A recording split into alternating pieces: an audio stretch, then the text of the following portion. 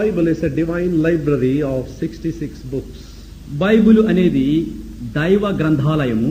అందులో 66 పుస్తకాలు ఉంటున్నాయి.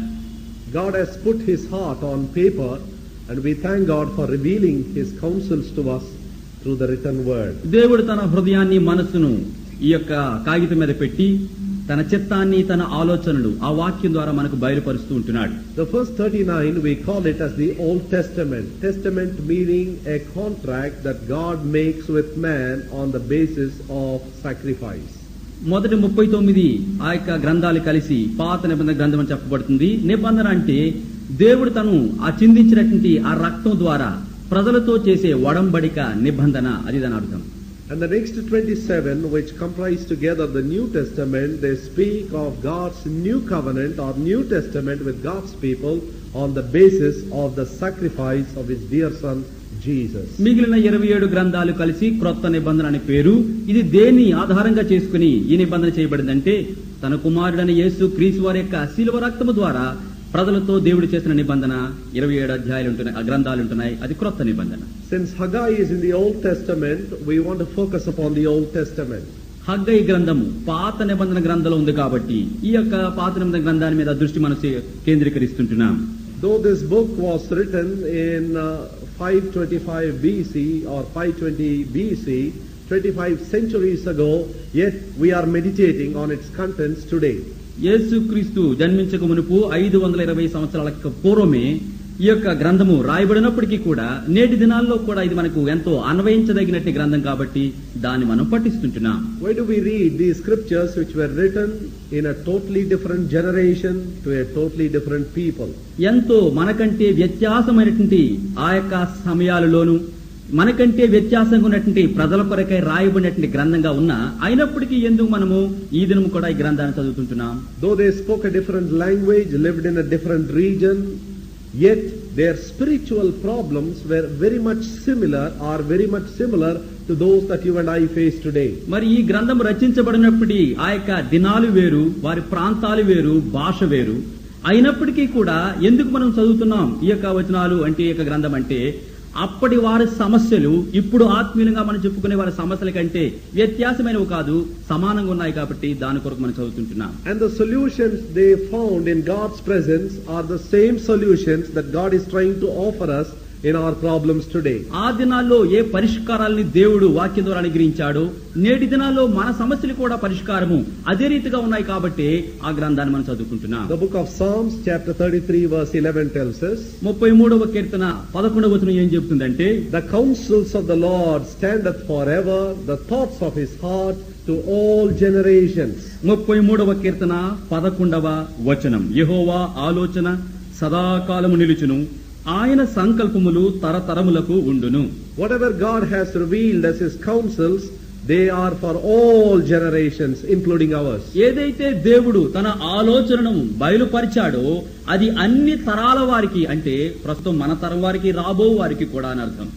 Now before I enter into the content of Haggai, I must give you a sufficient historical background leading us to this important book, which is the 37th book in the Old Testament. పాత నిబంధన గ్రంథంలో వరుస క్రమంలో 37వ గ్రంథంగా ఉన్న ఈ హగ్గైని గురించి నేను వివరించక మునుపు దానికి సంబంధించినటువంటి కొంత చరిత్ర మీకు నేను చెప్పాలి అని చెప్పి ఆశిస్తుంటున్నాను. So I am going to convert this, so to say, into a history class with lot of dates and lot of details. Listen very, very carefully and write them down. కాబట్టి ఈ ప్రస్తుత సాయంత్రకాల బైబిల్ పఠనాన్ని ఒక చరిత్ర క్లాసుగా మార్చేయబోతున్నాను. అంటే దీనిలో చాలా తారీఖులు, సంవత్సరాలు, ఎన్నో రకాల చరిత్రలు ఉంటాయి. శ్రద్ధగా ఆలకించండి, చక్కగా రాసుకోవలసిందిగా నా యొక్క మనవి. When you take the Old Testament as a whole, 39 books, you can broadly classify them into 4 sections. ఈ 39 అధ్యాయాలు లేకపోతే గ్రంథాలు కలిగినటువంటి ఈ యొక్క పాత నిబంధన గ్రంథాన్ని 4 విభాగాలుగా దాన్ని విభజించుకోవచ్చును. The first 5 books of the Old Testament, they are together called as the law. మొదటి 5 గ్రంథాలు కూడా కలిపి పాత నిబంధనలో అది ధర్మశాస్త్రం అని పిలువబడుతుంది. Genesis, Exodus, Leviticus, Numbers, Deuteronomy. ఆదికాండము, నిర్గమకాండము, లేవీకాండము, సంఖ్యాకాండము, ద్వితీయోపదేశ కాండములు 5 కలిపి. And from then on you have another 12 books they are called together as history. ఆ తర్వాత 12 గ్రంథాలు ఉంటున్నాయి. అవన్నీ కూడా చరిత్రను తెలియచేసే చరిత్ర గ్రంథాలు అని చెప్పి మనం పిలుచుకోవచ్చు. So 5 plus 12 make them 17. 5 తర్వాత ఈ 12 కలిపితే 17 గ్రంథాలు అయిపోయాయి అక్కడికి. Then you get 5 books which are together called as poetry. కనుక తర్వాత మరొక 5 గ్రంథాలు ఉన్నాయి. ఈ 5 గ్రంథాలు కలిపినట్లయితే అవన్నీ కూడా పద్య భాగాలు అని చెప్పి మనం పిలుచుకోవచ్చు. The book of Job, అంటే యోబు గ్రంథం, the book of Psalms, కీర్తనల గ్రంథం, Proverbs, సామెతలు, Ecclesiastes, Prasangi, Song of Solomon. పరమగీతములు. In fact, the book of Job is the earliest book to be written, even before Genesis was written. Because it belongs to poetry section, it is placed in the middle section. యథార్థంగా మనము చూసినట్లయితే యోబు గ్రంథం అనేది ఈ పద్య భాగాల కంటే ముందుగా ఉన్నది. ఆది కాండము కంటే కూడా ముందుగా సంభవించింది, రచించబడింది. అయితే యోబు గ్రంథములో మరి పద్య భాగం ఎక్కువగా ఉంది కాబట్టి దానిని పట్టుకుని వచ్చి ఈ యొక్క పద్య భాగాలతో నిన్న 5 గ్రంథాల్లో దాన్ని మొట్టమొదటి గ్రంథంగా చేసి ఉంటున్నారు. And starting from Isaiah to Malachi, we call them as books of prophets. యెషయా నుంచి మలాకి గ్రంథం వరకు చూసినట్లయితే అవన్నీ కూడా కలిపి ప్రవక్తల గ్రంథములు అని పిలువబడుతున్నాయి. So the first 5 is called the law. మొట్టమొదటి 5 గ్రంథాలు కలిపి యెహోవా ధర్మశాస్త్ర గ్రంథమని పిలువబడుతున్నాయి. The next 12 are called history. మిగిలిన తర్వాత 12 ఆ యొక్క గ్రంథాలు చరిత్ర గ్రంథాలుగా చెప్పబడుతున్నాయి. The next 5 are called the poetry. ఆ తర్వాత 5 గ్రంథాలు పద్య గ్రంథాలుగా పిలువబడుతుంటున్నాయి. And the remaining 17 are called prophets. మిగిలిన 17 గ్రంథాలు కూడా ప్రవక్తల గ్రంథములు అని చెప్పి పిలువబడుతుంటున్నాయి. So keep them in mind as we get into this book. కాబట్టి ఈ హగ్గై గ్రంథాన్ని మీరు ధ్యానించబోతున్నప్పుడు ఈ సంగతులన్నీ కూడా మీ యొక్క మనసులో ఉంచుకోండి. So the book of Haggai belongs to the 4th main section of the Old Testament. పాత నిబంధన గ్రంథాన్ని మొత్తం అంతటిని 4 భాగాలుగా విభజించుకున్నాం కదా. హగ్గై గ్రంథము 4వ ప్రధాన భాగములోనికి చెందిన గ్రంథంగా ఉంది. Whenever you approach any book in the Bible, బైబిల్లో ఏ గ్రంథానైనా సరే మీరు తెరిచి దాన్ని ధ్యానించాలని ప్రయత్నం చేసినప్పుడు it's like reading a letter. ఇది ఎట్లాగంటే ఒక ఉత్తరాన్ని చదివినట్లుగా ఉంటుంది అది. In fact, the whole Bible is the love letter of God to man. నిజానికి ఈ పరిపూర్ణమైనటువంటి పరిశుద్ధ గ్రంథం అంతా కూడా దేవాది దేవుడు ప్రజలను ప్రేమించి రాసిన ప్రేమ ఉత్తరంగా ఉంటుంది అది. So whenever you look at any letter, కాబట్టి ఏ ఉత్తరమైనా సరే మనం తెరిచి చూచినప్పుడు we have 3 questions to ask. 3 ప్రశ్నలు మనకు వేయబడుతుంటాయి. Firstly, మొట్టమొదటి ప్రశ్న, who wrote this letter? ఈ ఉత్తరాన్ని రాసింది ఎవరు?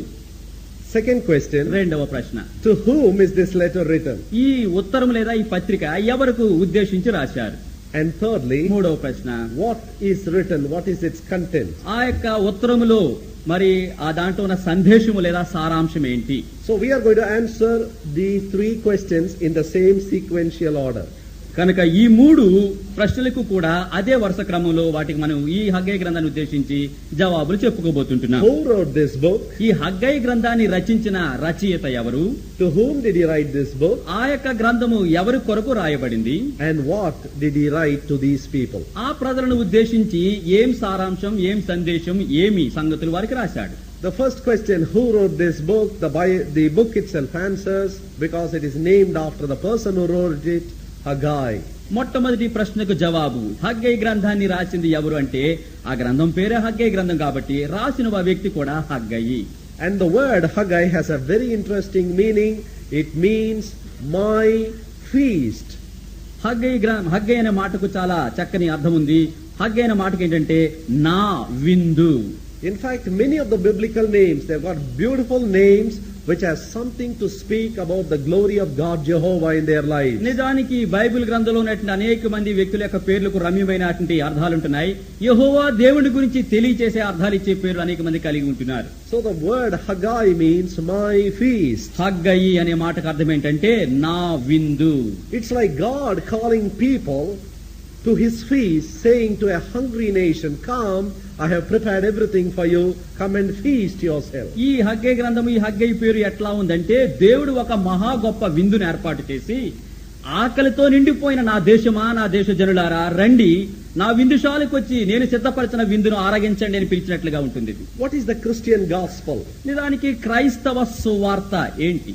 Christian gospel is nothing but an invitation for a hungry man to find bread. నిజానికి క్రైస్తవ సువార్త ఏంటి అంటే ఆకలిగొన్న ఒక వ్యక్తిని ఇదిగో నీకు రొట్టె ఉన్నది, తినడానికి రా అని ఆహ్వానించేది క్రైస్తవ సువార్త. One preacher used to always say about himself, ఒక బోధకుడు ఎల్లప్పుడూ తనను గురించి తాను ఎప్పుడు చెప్పుకుంటూ ఉండేవాడు, I am a beggar telling another beggar where to find bread. నేను ఒక అడుక్కునే వాడిని, భిక్షకుడును.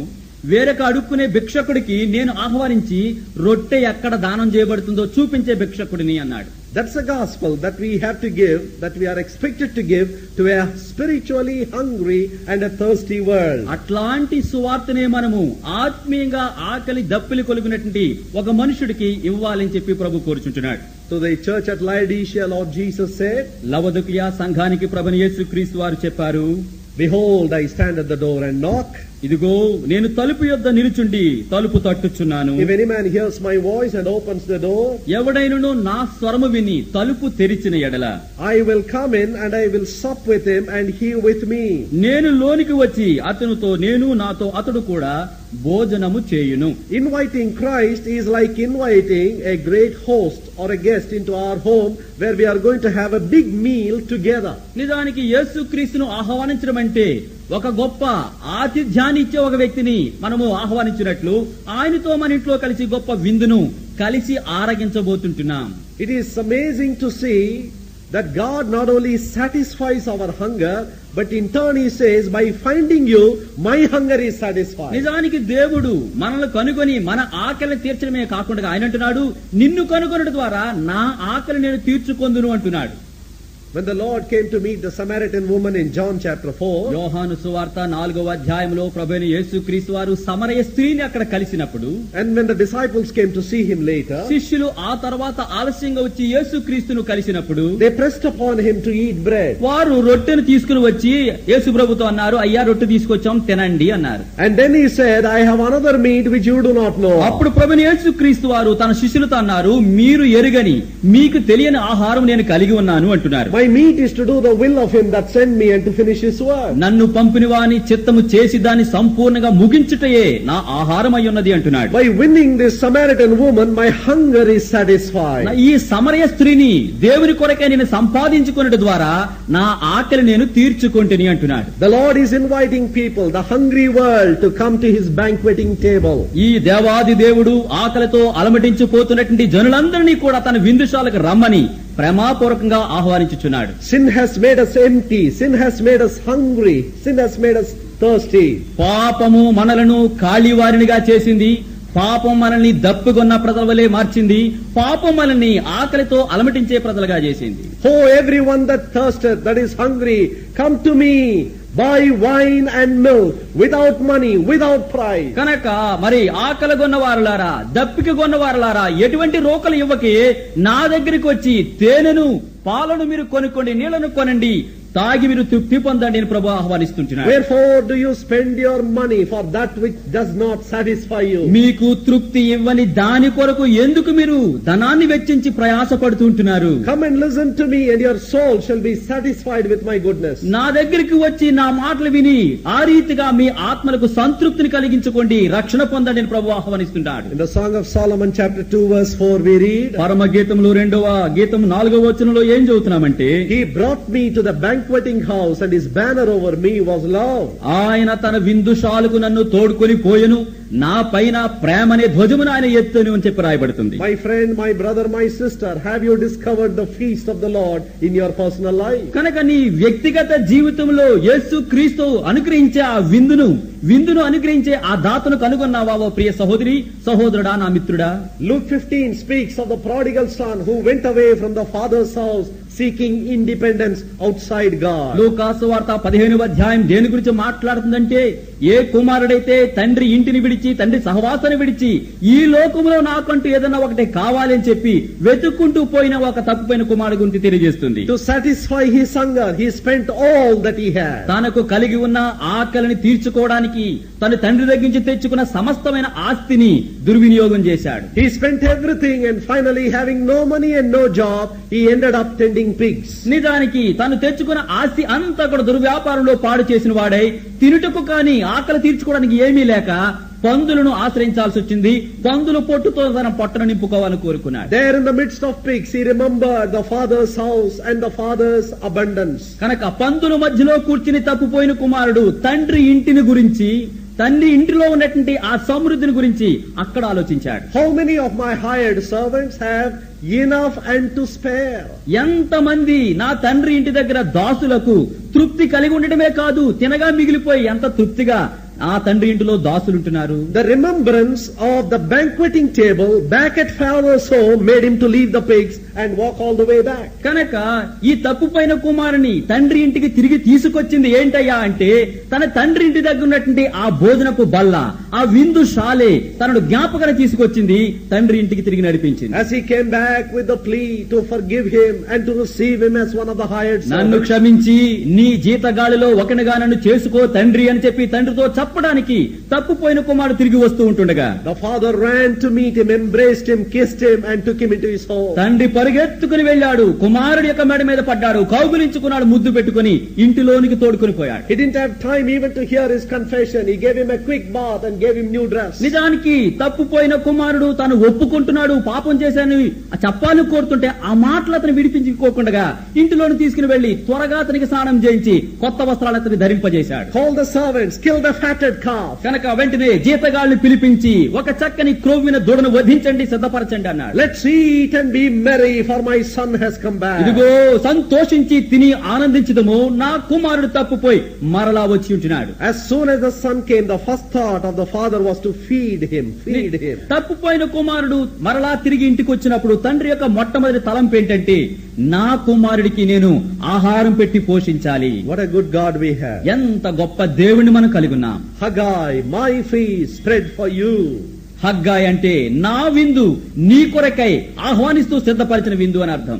God is spreading out a feast before his people and calling them. దేవుడు తన ప్రజల ఎదుట విందును సిద్ధపరిచి తగించని అందరినీ ఆహ్వానిస్తుంటున్నాడు. This is a book of just 2 chapters, 38 verses in the English Bible. నిజానికి హగ్గై గ్రంథంలో కేవలం 2 అధ్యాయాలే, ఇంగ్లీష్ బైబిల్లో చూసినట్లయితే కేవలం 38 వచనాలు మాత్రమే ఉంటున్నాయి. But there is one expression that strikingly comes again and again in 38 verses. అయితే 38 వచనాల్లో చూసినట్లయితే ఒక భావం పదే పదే వ్యక్తీకరించబడినట్లుగా పలుకుతున్నట్లుగా మనం చూస్తూ ఉంటున్నాం. The expression the Lord comes 14 times. కనుక ప్రభు అనేటువంటి ఆ యొక్క భావం 14 సార్లు ఇక్కడ మనకు తారసింపబడుతుంది. యెహోవా అనేటువంటి ఆ యొక్క మాట. And the second word, the Lord of hosts, comes 14 times. రెండవ మాట సైన్యములకు అధిపతియగు యెహోవా అనే మాట 14 సార్లు అక్కడ మనకు కనబడుతున్నది. In 38 verses, 28 times the Lord of hosts comes again and again with striking repetition. 38 వచనాల్లో 28 సార్లు యెహోవా సైన్యములకు అధిపతి యెహోవా అనే మాట మరి ఎంతగానో మన మీద నొక్కి చెప్పినట్లుగా పదే పదే మనకు తారసపడుతున్నది. It comes 28 times. 28 సార్లు కనపడుతుంది. So you find this a book which has dual authorship, divine authorship and human penmanship. నిజానికి ఈ యొక్క ఒక్క గ్రంథం హగ్గై గ్రంథములో ఇద్దరు రచయితలు రచించినట్లుగా కనపడుతున్నది. ఒక రచయిత ఎవరంటే పర సంబంధమైనటువంటి దేవుడే రచయిత అయితే, రెండవ వ్యక్తి తన పెనతో రాసిన వ్యక్తి భూ సంబంధమైనటువంటి రచయితగా మనం చూస్తుంటున్నాం. This is true not only of the book of Haggai but the rest of the Bible too. Haggai గ్రంథాన్ని గురించి కాదేనండి, ఇద్దరు రచయితలు మనం చూడటము. ప్రతి గ్రంథము బైబిల్లో ఉన్న ప్రతి గ్రంథము కూడా ఇద్దరు రచయితలు మనం చూస్తుంటున్నాం. Peter tells us holy men of God spoke as they were moved by the Holy Spirit. పేతురు అంటున్నాడు, దేవుని ఆత్మ చేత పరిశుద్ధాత్మ చేత ప్రేరేపించబడిన వారై దైవజనులు ఆ రీతిగా వారు రాశారు అని చెప్తుంటున్నాడు. Except these few things, we have nothing written or mentioned about the person of Haggai. నిజానికి ఈ విషయాలు తప్ప ఈ హగ్గై అనే మనుషుని గురించి, వ్యక్తి గురించి ఏది కూడా అక్కడ తెలపబడలేదు, రాయబడలేదు. Suddenly we are introduced to Haggai. He finishes his ministry and disappears from the scene. మరి అకస్మాత్తుగా హగ్గైతో మనకు పరిచయం ఏర్పడింది. ఆయన తన పరిచయను ముగించి కనుమరుగవుతున్నట్లుగా, అదృశ్యమవుతున్నట్లుగా చూస్తుంటున్నాం. We do not know his family background. We do Haggai not know from where he came. He suddenly comes to the scene, delivers the message, disappears from the scene. Haggai ఎక్కడి నుంచి వచ్చాడో మనకు తెలియదు. అతని కుటుంబం యొక్క చరిత్ర ఏంటో మనకు తెలియదు. అకస్మాత్తుగా బైబిల్లో ప్రత్యక్షమై చేయాల్సిన పని చేసి ముగించి అకస్మాత్తుగా కనుమరుగవుతుంటున్నాడు. To whom did he write is the second question. రెండవ ప్రశ్న, ఎవరిని ఉద్దేశించి, ఎవరి కోసం ఈ గ్రంథాన్ని రాశాడు? Now this question requires a real deep answer, so you must carefully follow me. ఈ రెండవ ప్రశ్నకు జవాబులు చాలా లోతైనవి కాబట్టి మీరు చాలా శ్రద్ధగా నన్ను వెంబడించాలి, నా మాటలు వినాలి. Haggai chapter 2, హగ్గయ గ్రంథం 2వ అధ్యాయం verse 2. 2వ వచనం. Speak now to Zerubbabel the son of Shealtiel, governor of Judah, and to Joshua the son of Josedek the high priest, and to the residue of the people. హగ్గయ గ్రంథం 2వ అధ్యాయం 2వ వచనం. నీవు యూదా దేశపు అధికారియగు షయల్తీయేలు కుమారుడైన జెరుబ్బాబెలుతోను, ప్రధాన యాజకుడకు యెహోజాదాకు కుమారుడైన యెహోషువతోను, శేషించిన జనులతోను ఇట్లనుము.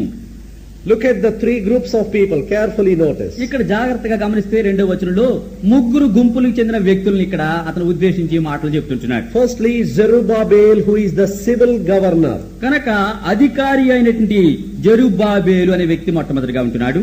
Secondly, Joshua the religious leader or the high priest. నిజానికి మత నాయకుడు లేదా ప్రధాన యాజకుడు అయినటువంటి యెహోజాదాకు యెహోషువ ఉంటున్నాడు. And thirdly, the residue or the remnant of the people. 3వ గుంపు ఎవరంటే శేషించిన జనులు. Now I want to focus upon that single word, Seshinchana, the remnant. Who are they? కాబట్టి ఇక్కడ ఒక చిన్న మాట ఉన్నది, శేషించిన జనము అంటే ఆ శేషించిన జనము ఎవరు? This is an exclusive message for an exclusive people. కనుక ఎంతో ప్రత్యేకించబడినటువంటి ఆ ప్రజల కొరకై ప్రత్యేకంగామైనటువంటి వర్తమానము సందేశం అనేది మనకు తిరగాలి. It's not a general message for all people. It's a special message directed to a special people. ఇది వచ్చిన వారందరికీ, జనులందరికీ ఉద్దేశించి చంపబడినటువంటి ఆ యొక్క ఉత్తరము కాదు, సారాంశము కాదు గాని ప్రత్యేకించబడిన ఒక గుంపు వారికి, శేషించిన వారికి ఉద్దేశించి పలకబడిన మాటలుగా ఇవి ఇక్కడ ఉంటున్నాయి. To explain this word remnant, I am going to make you travel with me from Genesis now. ఈ శేషము అనే మాట మీకు వివరించడానికి ఈ యొక్క యాత్రలో ఆదికాండము దగ్గర నుంచి యాత్రను నాతో కలిసి మీరు ప్రారంభించాలని కోరుకుంటున్నాను. We know when God created Adam, He wanted to have fellowship with man. దేవుడు ఆదామును సృష్టించినప్పుడు దేవుని కోరిక ఏంటంటే ఆదాము దేవునితో సహవాసం కలిగి ఉండాలి అని. Sin brought a barrier and man was separated from God. పాపం అనేది దేవుడికి నరుడి మధ్య అడ్డుగోడను తీసుకుని నరుణ్ణి దేవునికి దూరచింది పాపం. God makes a second begin again with Noah and his family, but again there was failure. అయితే నోవహు కుటుంబంతో ప్రభు రెండవ ప్రారంభాన్ని ప్రారంభించాడు. అయితే అక్కడ కూడా ఒక పతనాన్ని మనం చూస్తూ ఉంటున్నాం. You find in chapter 11 of Genesis the descendants of Noah coming together, rebelling against God. ఆదికాండం 11వ అధ్యాయాన్ని మనం చూసినట్లయితే నోవహు సంతానం అందరూ కూడా కలిసి వచ్చి దేవునికి విరోధంగా తిరుగుబాటు చేస్తున్నట్లుగా మనం Tower together whose top may reach unto heaven. వారందరూ ఏమనుకున్నారు, మనమందరము కలిసి ఒక గొప్ప గోపురాన్ని, ఆకాశం అంటుచున్న గోపురాన్ని కట్టుకుందుము రండి. Let us make us a name. మనకు పేరు సంపాదించుకుందుము రండి. If God has said you shall be scattered all over the world, let us not be scattered. కనుక దేవుడు చెప్పాడు మీరు లోకమంతలో చెదిరిపోదురుగాక అంటే ఆయన చెప్పినట్లుగా మనం చెదిరిపోకుండా ఒక్క దగ్గరే ఉందుముగాక అంటున్నారు వీరు. Here is the first instant of world union. చూడండి, ఇక్కడ మరి మొట్టమొదటిసారిగా ఈ లోకములోని ఒక సమాఖ్య, ఒక ఐక్యత, ఒక సంఘం వారు స్థాపించినట్లుగా చూస్తుంటున్నారు. God was so angry that He came down and confused those people. ఈ మనుషులందరూ కూడా ఒక సంస్థగా ఏర్పడట చూచి దేవుడు ఎంతో కోపగించుకొని కలిసి వచ్చిన వారందరినీ కూడా కలవరపరిచి చెదరగొడుతుంటున్నాడు. And it is because of that curse you find two people on the stage, not one. దేవుడు ఆ శాపాన్ని అనగా భాషలను తారుమారు చేసిన కారణాన్ని బట్టి అందును బట్టి ఇప్పుడు ఇద్దరు మనుషులు మీరు పరిశుద్ధ సభా ప్రసంగ వేదిక మీద చూస్తున్నారు, లేకపోతే ఒక్క భాష సరిపోయేది. Wasting all your precious time. మీకు అమూల్యమైన సమయాన్ని రెండు భాషలు మేము మరి ఆ రీతిగా ఖర్చు పెడుతుంటున్నాం. How many wars are fought on the basis of language? గుర్తించుకోండి, భాషా పరంగా ఆధారంగా చేసుకుని ఎన్ని గొప్ప యుద్ధాలు మరి పోరాటాలు చేస్తూ వచ్చారు. Rebellion started in chapter 11, but when you come to the end of chapter 11, you find God again trying to make another new beginning. నిజానికి తిరుగుబాటు అనేది ఆదికాండం 11వ అధ్యాయంలో ప్రారంభించబడింది.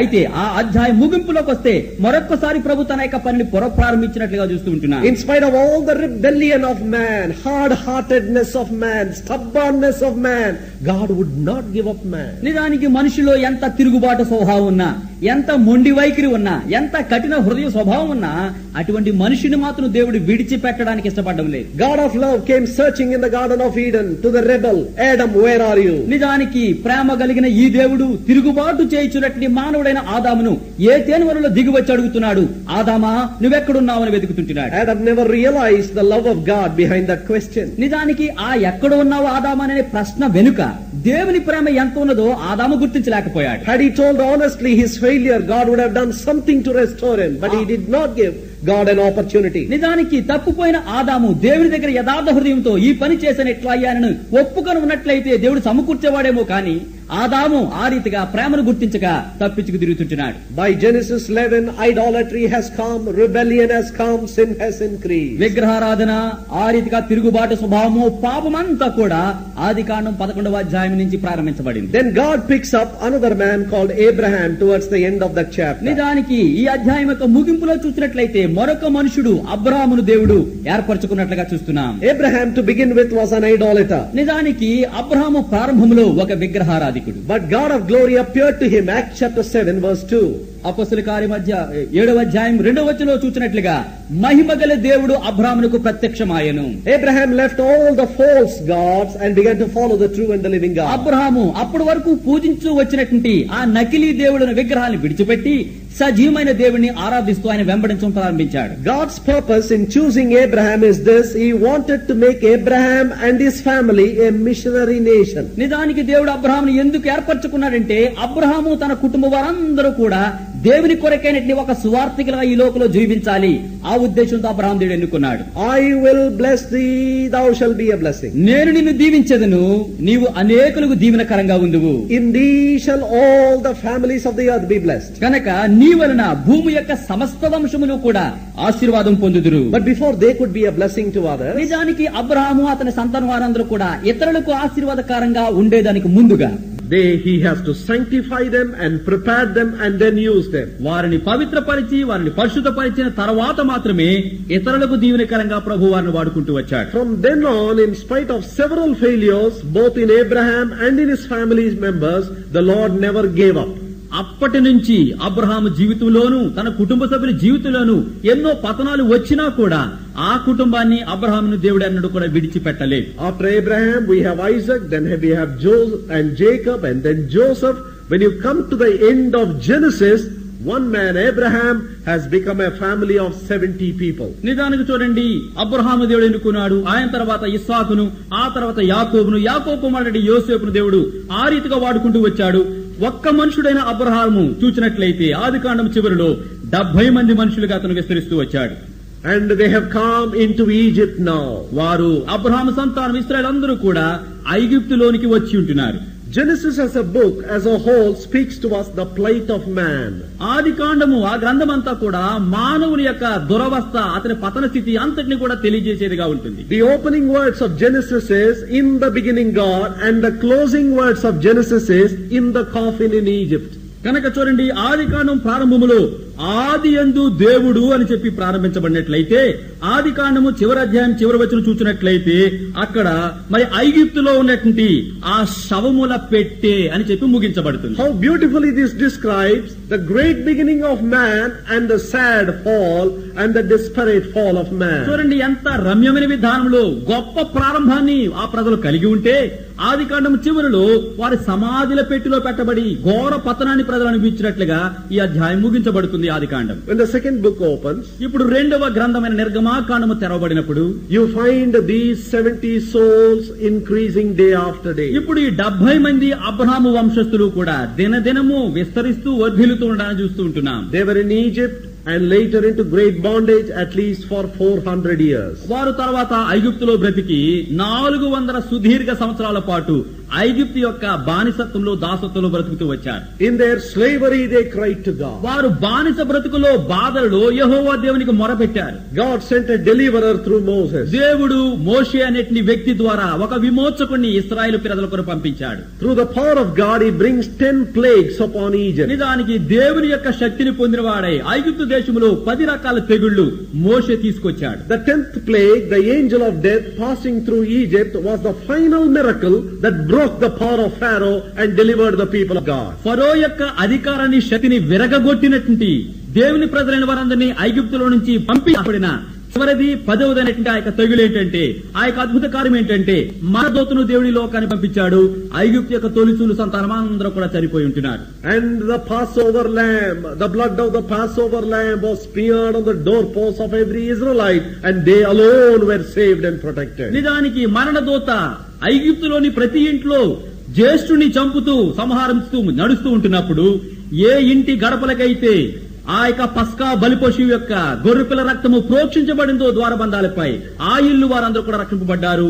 జ్యేష్ఠుడు చనిపోకుండా బ్రతికారు. Exodus chapter 12 is the cross chapter in the Old Testament. పాత నిబంధన గ్రంథములు సిలువకు గుర్తుగా ఉన్న అధ్యాయం ఏంటంటే నిర్గమాకాండం 12వ అధ్యాయం. This speaks of the salvation of God's people. ఈ నిర్గమాకాండం 12వ అధ్యాయం దేవుని ప్రజలు పొందే ఆ రక్షణకు సాదృశ్యంగా ఉండి రక్షణ తెలియజేసే గ్రంథంగా ఉంది. Israelites were in no way better than the Egyptians. ఇశ్రాయేలు వారు ఐగుప్తీయులతో పోలిస్తే ఏ విషయంలో కూడా ఘనులు గొప్పవారు car. What saved them was not their merit, but the merit of the blood on the doorpost. అయితే ఐగుప్తీలో తొలిచిరు వారు చనిపోయారు, ఇశ్రాయేలు వారు చనిపోలేదు. అయితే ఏది వారిని కాపాడిందంటే ఇశ్రాయేలు యొక్క సుగుణాలు కాదు గాని వారి ఇంటి మీద ద్వారబంధాల మీద ప్రోక్షించిన గొర్రె పిల్ల పస్కా బలిపశువు రక్తం మాత్రమే. In no way you and I are better than the people of the world. ఇక్కడ కూర్చున్న నీవు నేను ఈ మందిరానికి వెళ్ళిపోయిన లోకస్తులతో ఏ విషయంలో కూడా మనం విభేదించే ప్రజలం కాము. We are equally worthy to be destroyed by God. నాశనానికి అనగా దేవుని చేత నశింప చేయబడ్డానికి వారెంతో మనము కూడా అంతే. But praise God, there was a day in your life and mine we found shelter behind the blood of the lamb, and that's how we were protected. అయితే దేవునికి స్తోత్రము, నశించిపోకుండా నీవు నేను కాపాడబడుతున్నామంటే మన దినాల్లో మన జీవితాల్లో ఒక దినం వచ్చింది, గొర్రెపిల్ల యేసుక్రీస్తు రక్తము వెనుక మనం దాగున్నాం, కప్పబడ్డాం. కాబట్టి నశించిపోకుండా రక్షణ పొంది ఉంటున్నాం. In chapter 14 of Exodus, నిర్గమాకాండం 14వ అధ్యాయంలో చూస్తే you find the people of Israel marching out of Egypt. ఇశ్రాయేలు ప్రజలందరూ కూడా ఐగుప్తుని విడిచి దండులుగా ముందుకు సాగి రావటాన్ని చూస్తుంటున్నాం. They crossed the Red Sea. వారు ఎర్ర సముద్రాన్ని దాటారు. And in chapter 15 they began to sing the first congregational worship song. నిజానికి 15వ అధ్యాయములో ఇశ్రాయేలు వారందరూ కూడా సర్వ సమాజంగా కూడి సమాజ ఆరాధన కీర్తనను వారు పాడుకుంటూ రావడాన్ని మొట్టమొదటిసారిగా చూస్తున్నాం. Till chapter 14 there was no song in their mouth. మరి నిర్గమాకాండం 14వ అధ్యాయం వరకు కూడా ఇశ్రాయేలు వారి నోటిలో ఒక్క స్తుతి గీతం గాని కీర్తన గాని పాట గాని లేదు. As long as we are in slavery to the world, to sin, we have no song. ఎంతకాలమైతే లోకానికి పాపానికి దాసులమై బానిసలుగా బ్రతుకుతామో మన నోటిలో విమోచన గీతాలు ఎన్నడూ ఉండనే ఉండవు. When the Lord delivers us, there is a song coming out of our mouth. ఎప్పుడైతే దేవుడు మనల్ని విమోచించాడు, విడిపించాడు, స్వతంత్రులమై విమోచన గీతాలు మన నోట్లో మనం తెచ్చుకుని ఉంటున్నాం. God's great desire and purpose was to take them in the quickest, shortest possible route to the land of promise Canaan. దేవుని యొక్క సంకల్పం ఉద్దేశం ఏంటంటే విమోచించబడిన ఇశ్రాయేలు ప్రజలందరూ కూడా ఎంతో దగ్గర దారులు అతి శీఘ్రముగా వాగ్దాన దేశమైన కనానుకి పాలు తేళ్లు ప్రవహించే దేశానికి త్వరగా తీసుకువెళ్లాలి. ఇది దేవుని సంకల్పం. Are you following me in history? ప్రియ సహోదరి సహోదరులారా, నీ చరిత్ర చెప్తున్నాను, మీరు నన్ను వెంబడిస్తున్నారా? అర్థమవుతుందా మీకు? Unless you carefully follow, you won't find the sequence of events. మీరు నన్ను జాగ్రత్తగా వెంబడించి అనుసరిస్తే అర్థం చేసుకుంటే తప్ప తర్వాత జరిగే కార్యక్రమాలు మీకు అర్థం కావు. God's purpose was to take them in the shortest, quickest possible route and reach them the land of Canaan. దేవుని ఉద్దేశం ఒకటే, విమోచించబడిన ఇశ్రాయేలు ప్రజలందరినీ కూడా అతి కొద్ది కాలంలో శీఘ్రముగా దగ్గర దారిలో మరి దగ్గర త్రోవలో వాగ్దాన దేశం తీసుకుని పోవాలి. అది దైవ సంకల్పం. At normal speed, in the shortest route to Canaan, it will take only 11 days. నిజానికి సాధారణమైన వేగముతో అతి దగ్గర దారిలో కనాను దేశంలో వారు ప్రవేశించాలంటే కేవలం 11 రోజులు మాత్రమే వారు సాధించగలరు, దానిలోనికి ప్రవేశించగలరు. But how many days did they take? 11 రోజుల ప్రయాణానికి బదులుగా ఇశ్రాయేలు ప్రజలందు ఎన్ని దినాలు ఎన్ని సంవత్సరాలు వారు ప్రయాణం చేస్తూ వచ్చారు అనే మార్గంలో? 11-day journey turned into a 40-year agony. 11 రోజుల అతి సునాయాస ప్రయాణానికి బదులుగా 40 సంవత్సరాల సుదీర్ఘమైనటువంటి వేదన భరితమైనటువంటి ప్రయాణాన్ని వారు సాగించవలసి వచ్చింది. It is true, God redeemed them, saved them, delivered them from Egypt, but He started struggling with those people because those people would not yield themselves to God. నిజమే, ఇశ్రాయేలు ప్రజలందరూ కూడా విమోచించబడ్డారు, విడుదల పొందారు, స్వతంత్రులయ్యారు. కానీ వారు తేలికగా కనాను దేశంలో ప్రవేశించకుండా ఉండడానికి వారు దేవుని మాటకు లోబడిన వారు car. They turned to the eternal God for salvation and turned to Egypt for satisfaction. నిజానికి రక్షణ కొరకై నిత్యమైన దేవుని వైపుగా తిరిగి వారు సంతృప్తి కొరకై ఐగుప్తు వైపుగా లోకం వైపుగా వారు దృష్టి సారిస్తున్నట. How many times this is true of you and me in our spiritual life? ప్రియ సహోదరి, ప్రియ సహోదరుడా, మన ఆత్మీయ జీవితాల్లో ఎన్నిసార్లు ఇది యథార్థమనిగా మన జీవితాల్లో మనం చూస్తున్నాం. We came to Jesus for salvation. రక్షణ కొరకై యేసు ప్రభు చెంతకు మనం వచ్చాం. But after that, రక్షణ పొందిన తరువాత we turn back to the world for our satisfaction. మన తృప్తి కొరకై, సంతోషము కొరకై లోకాను వైపు చూచి లోకంతో కలుస్తుంటున్నాం. That is why as believers we are more miserable than when we were as unbelievers. అందు నిమిత్తమై విశ్వాసులమైనటువంటి మనము విశ్వాసులు కానప్పటి కంటే ఎంతో దౌర్భాగ్యులుగా ఉంటున్నాం. There is none more miserable than a person with a divided loyalty and a divided heart. ఏ మనిషి అయితే ద్వంద్వ హృదయాలు కలిగి ఉంటాడు, ఇద్దరు యజమానులు సేవిస్తూ ఉంటాడు, అతని మించినటువంటి దౌర్భాగ్యుడి లోకంలో ఎవరు ఉండరు. The Lord required only one night to deliver the people out of Egypt. ఐగుప్తు యొక్క బానిసత్వ బ్రతుకు నుంచి ఇశ్రాయేలు ప్రజలను విడిపించడానికి దేవునికి కేవలం ఒక్క రాత్రి మాత్రమే పట్టింది. But to remove Egypt out of their hearts. అయితే విమోచించబడిన ఇశ్రాయేలు ప్రజల హృదయాల్లో నుంచి ఐగుప్తును తొలగించడానికి, తీసివేయడానికి He struggled for 40 years and miserably failed. 40 సంవత్సరాలు ప్రభు ప్రయాసపడ్డాడు. ఆ ప్రయాసంలో అతను ఓడిపోయాడు. In no way we are different.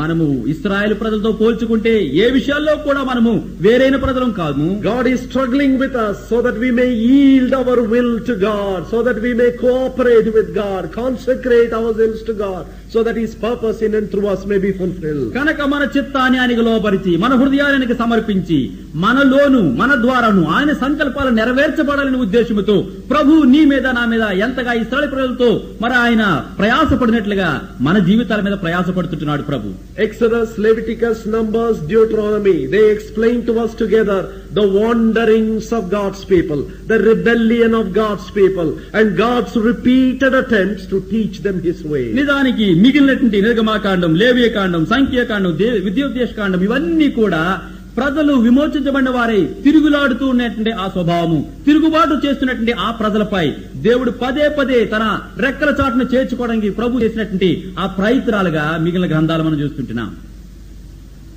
70 people came into Egypt. ఐగుప్తులో నుంచి 70 మంది వచ్చారు. ఐగుప్తుకు 70 మంది వచ్చారు. By the time they came out of slavery, they became nearly 2 million or 20 lakhs of people. 70 మందిగా ఇశ్రాయేలు దేశంలో ప్రవేశించిన ఇశ్రాయేలు వారు విమోచించబడిన దినానికి వారు దగ్గరగా 20 లక్షల మంది ప్రజలుగా మార్పు చెందారు. And now they are traveling through the wilderness. వారు ఇప్పుడు అరణ్య మార్గములో కనాను వైపుగా యాత్ర ప్రయాణం ప్రారంభించారు. When we come to the end of Deuteronomy, they are about to cross Jordan and enter into the land of promise. ద్వితీయోపదేశ కాండము చివరికి మనం వచ్చినట్లయితే వారు యోర్దాను నదిని దాటి మరి వాగ్దాన దేశములో ప్రవేశించడానికి సంసిద్ధంగా ఉన్నారు. Moses died, Joshua the new leader takes up the new people. మోషే నాయకుడు చనిపోయాడు, నూతన నాయకుడు యెహోషువ నాయకత్వాన్ని వహించి ఇశ్రాయేలు ప్రజలను వాగ్దాన దేశంలో తోడుకొని పోవడానికి ముందుకొచ్చాడు. Joshua, Judges, Ruth and 1 Samuel. From Joshua the prophet to Samuel the prophet, it covers a period of 350 years. నిజానికి యెహోషువ ప్రవక్త దగ్గర నుంచి సమూయేలు ప్రవక్త వరకు 300 సంవత్సరాలు మధ్యలో పట్టినట్లుగా మనం చూస్తుంటున్నాం. And in this period of 350 years, God used 10 judges. 350 సంవత్సరాల ఈ కాలంలో దేవుడు 10 మంది న్యాయాధిపతులను ఇశ్రాయేలు ప్రజల మధ్యలో వాడుకున్నాడు. Beginning with Joshua till the time of Samuel. యెహోషువ దినాల దగ్గర నుంచి మరి సమూయేలు ప్రవక్త దినాల వరకు. In this 350 years, people of God went into slavery 7 times. 350 సంవత్సరాల్లో దేవుని ప్రజలు 7 సార్లు మరలా ఆ యొక్క బానిస బ్రతుకులోనికి వెళ్లిపోయారు. Which means roughly on an average they enjoyed freedom only for 50 years. అంటే మరి సరాసరిన వారికి ఇవ్వబడినటువంటి స్వేచ్ఛ స్వతంత్రాన్ని 50 సంవత్సరాలు మాత్రమే అనుభవిస్తూ వచ్చారు. And then they go into slavery. ప్రతి 50 సంవత్సరాల స్వతంత్రం అనుభవించడము మరలా బానిస బ్రతుకులోనికి వెళ్లిపోవడం. Again cry to God. మరలా ఆ చెరసాల బ్రతుకులోంచి దేవునికి మొరపెట్టుకోవడం. Again God sends them a savior or a judge. మరొకసారి దేవుడు ఒక విమోచకుణ్ణి, ఒక న్యాయాధిపతిని పంపించి వారిని విడిపిస్తూ వచ్చాడు. And when they come into liberty, they enjoy that liberty, forget God and go into idolatry. వారిని మరలా స్వతంత్రులుగా చేసినప్పుడు ఆ స్వాతంత్రాన్ని అనుభవించి దేవుణ్ణి మరిచిపోయి మరలా పాపంలో పడడం. And when we come to Samuel, ఆ తర్వాత సమూయేలు గ్రంథం దగ్గరికి వచ్చేసరికి one day the people came to Samuel. ఒక దినము ఇశ్రాయేలు ప్రజలందరూ కూడా సమూయేలు ప్రవక్త దగ్గరికి వచ్చారు. They said, your sons are not like you. కనుక వారు సమూయేలుతో అన్నారు, ఇదిగో నీ కుమారులు నీ వంటి వారు car. So we want a new king to rule over us. మా మీద రాజ్య పరిపాలన చేయులాగన మాకు ఒక రాజు కావాలి. Like all other nations. మరి ఈ చుట్టుపక్కల అన్య దేశములో ప్రజలు ఏ రీతిగా ఉన్నారో ఆ దేశంలో రాజు ఎట్లా ఉన్నాడు, మాకు ఒక రాజు కావాలి. Now this reason they cited for asking for a new king is this: your sons are not keeping up your testimony. కనుక వారు మాకు ఒక రాజు కావాలి అనే దానికి కారణం ఏం చూపించారు? సమూయేలు ప్రవక్త నీ కుమారులు నీ వంటి సాక్ష్యాన్ని వారు కలిగి చూపించడం లేదు. On the surface, that is true. నిజానికి మనం మామూలుగా చూస్తే వారు చెప్పిన మాట యథార్థమే, నిజమే. But that is not the actual reason. అయితే అది అసలైన కారణం కాదు మాకు రాజు కావాలని కోరటానికి. When Samuel went and cried to God, God told him the real reason. నిజానికి సమూయేలు వెళ్లి దేవుని సన్నిధిలో, ఓ దేవా నీ ప్రజలు ఒక రాజు కావాలని కోరుతున్నారంటే దేవుడు చెప్పాడు ఎందుకు వారు రాజును కోరుకుంటున్నారు. దేవుడు చెప్పాడు, అప్పుడు తెలిసింది సమూయేలుకి. God told Samuel, don't be sad, don't be worried about their request. కనుక సమూయేలుతో దేవుడు చెప్పాడు, వారి యొక్క మనవని పట్టుకుని, నన్ను వారు ఎప్పుడు రాజుగా ఉండాలని కోరుకోలేదు, వారు నన్ను తృణీకరించి భూ సంబంధమైన ఒక మనిషిని తమ మీద రాజుగా కోరుకున్నారు. Yet in their rebellion, I want to help them and I want to select a king for them. అయినప్పటికీ వారు తిరుగుబాటు చేస్తూ ఉన్నా కూడా వారు కోరినట్లుగా ఒక రాజును వారి కొరకు నిర్దేశించి వారి మీద నియమించును. He chose Saul, a Benjamite, for them. బెన్యామీను గోత్రికుడైనటువంటి సౌలును దేవుడు వారికి రాజుగా ఇచ్చాడు. He ruled for 40 years. 40 సంవత్సరాలు సౌలు ఇశ్రాయేలు ప్రజలను పరిపాలించాడు. We know the whole life of Saul is centered around himself and his family. కనుక సౌలు యొక్క 40 సంవత్సరాల రాజ్య పరిపాలన అంతా కూడా చూస్తే స్వార్థాన్ని కేంద్రంగా చేసుకుని తాను తన కుటుంబ సభ్యులు మాత్రమే దృష్టిలో పెట్టుకుని పరిపాలన చేశాడు సౌలు రాజు. It is significant in those 40 years he never even once thought about God's temple. కనుక ఈ 40 సంవత్సరాలు ప్రగాఢంగా మనం చూసినట్లయితే దేవుని ఆలయాన్ని గురించి కనీసం ఒక్కసారి కూడా ఈ సౌలు రాజు ఆలోచించలేదు. So God dethroned him and put David. అందునిమిత్తమే దేవుడు సౌలు రాజ్యాన్ని తొలగించి సింహాసనం నుంచి తొలగించి దావీదును ఇశ్రాయేలు రాజుగా నియమించాడు. David ruled for 40 years.